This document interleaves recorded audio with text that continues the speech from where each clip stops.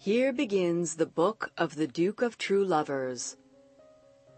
Although I might have no desire or intent at the present time to discourse of love, since all my mind is occupied with other matter the which is more pleasing to me, I am willing, for the sake of others, now to commence a wondrous story. For to this I am besought by one who, instead of making request, has the right to give command to one even more worthy than I.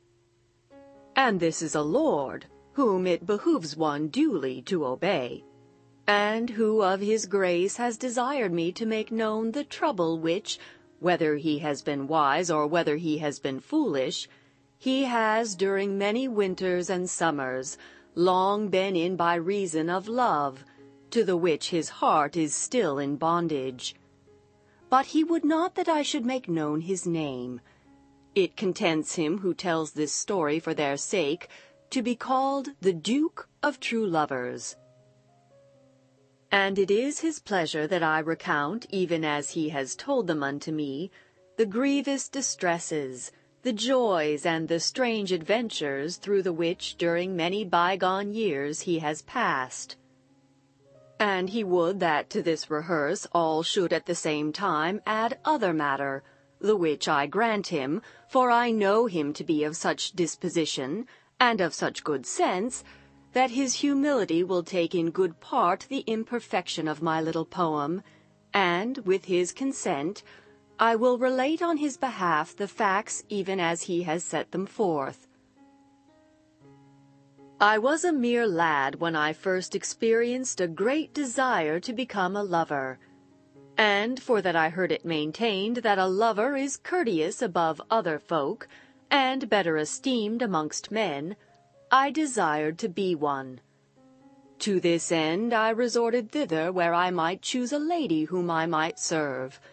But, nevertheless, I was long while without one, for on my soul I had not the understanding to make choice, and although I had enough of leisure, I nevertheless understood not how to discover the way to this.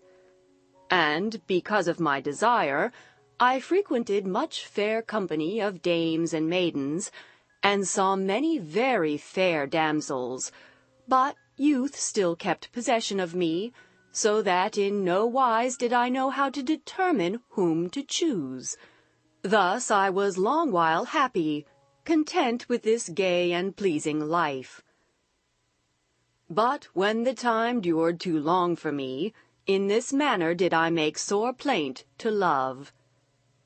Very God of love, who art of lovers lord, and Venus, thou love's lady and goddess, since in love only is set my happiness, vouchsafe to turn my heart soon thitherward.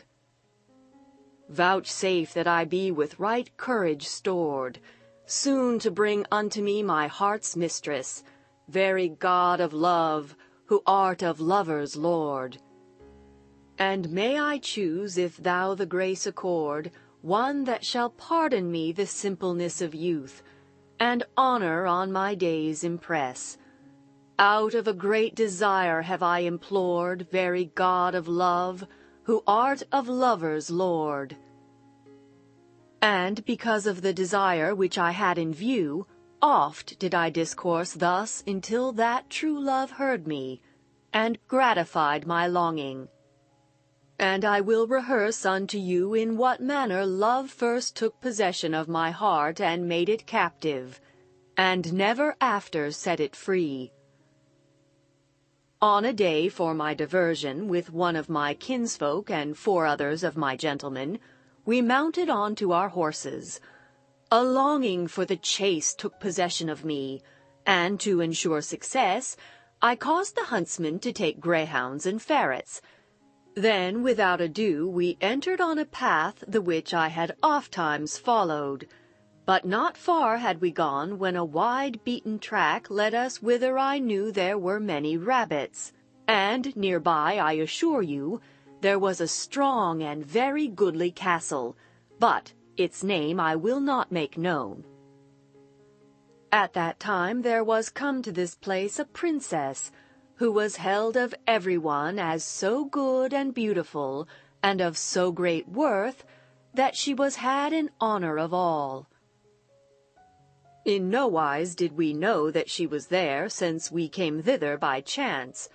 Here and there, without the castle, her attendants amused themselves, some singing, some casting the weight, and others afoot exercising with the bar.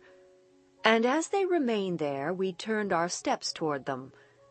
Then they all turned them toward us, and when they perceived us and recognized who we were, the chief amongst them at once rose up.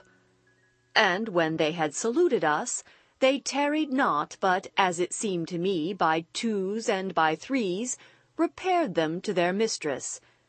And methinks they did not hide from her that we were come there, for as soon as we were come quite nigh unto the castle, we saw a goodly company of ladies coming forth to meet us, and these gave us welcome with gracious bearing.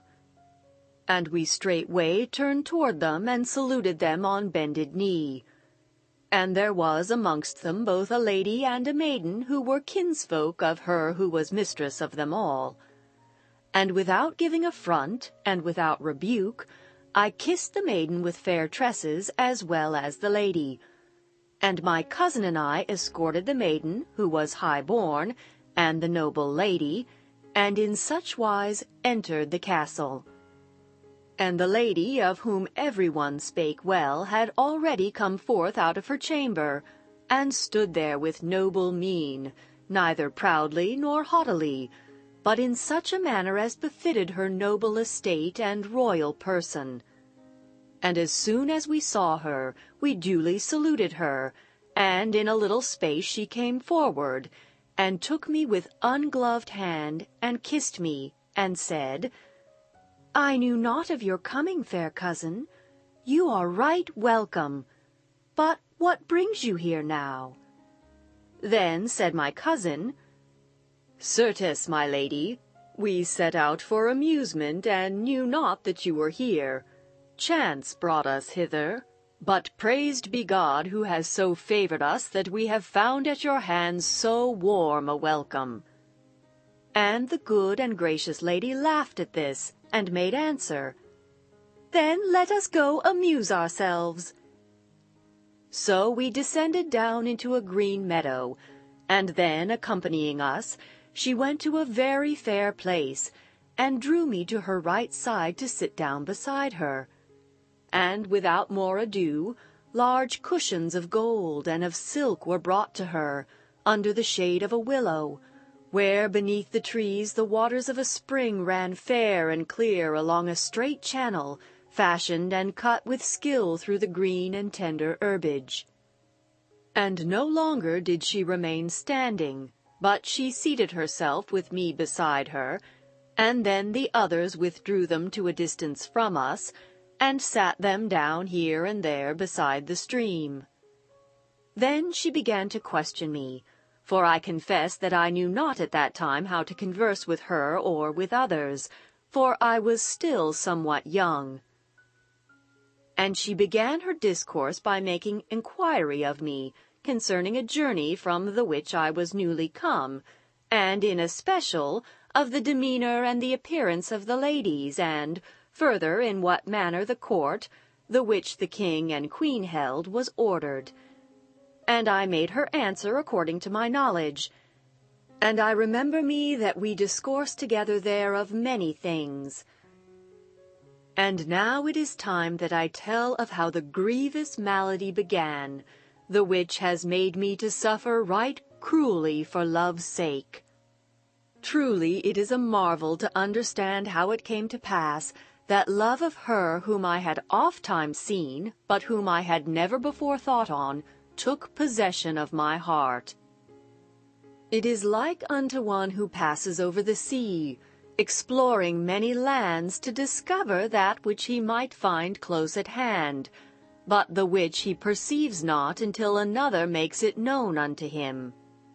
Thus in truth did it befall me, for by reason of my want of understanding, in no wise did I perceive the grace of my precious lady, until love put me in the way, and I had but desired to see such an one in order to yield my heart to her. For long had I seen her oft, but until that day no thought had I given to her.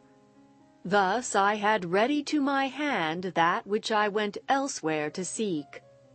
But in order to allay my passion, love at length willed to release my heart from this strife. And now when this perfect one, who has caused me sore trouble, spake to me, her speech and her gentle and gracious bearing pleased me more than ever aforetime, and made me wholly dumb.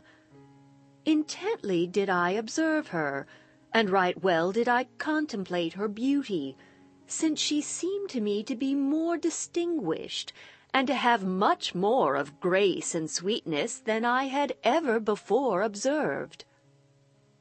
Then Love, the playful archer, who saw my silent demeanor, and that I was inclined unto love, took the arrow with the which it is his wont to surprise lovers, and bent his bow, and drew it silently.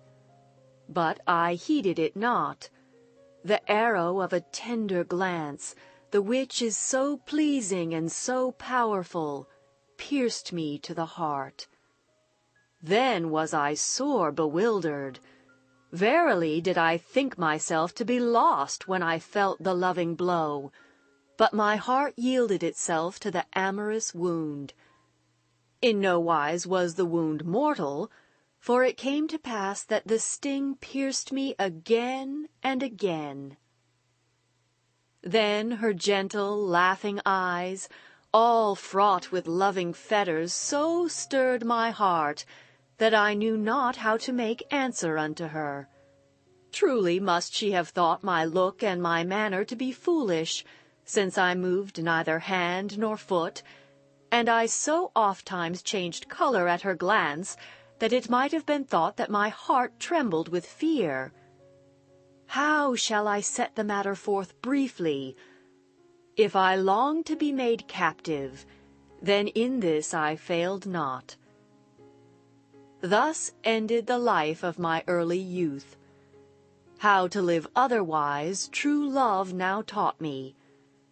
In this manner was I made captive from that hour. Long whiles did I remain there, and I discoursed in a simple manner like unto a child, and without ceasing I kindled the burning firebrand in my heart. When I gazed on her beauty, I was caught as is the moth in the candle, or the bird in the lime, and no heed did I take of it.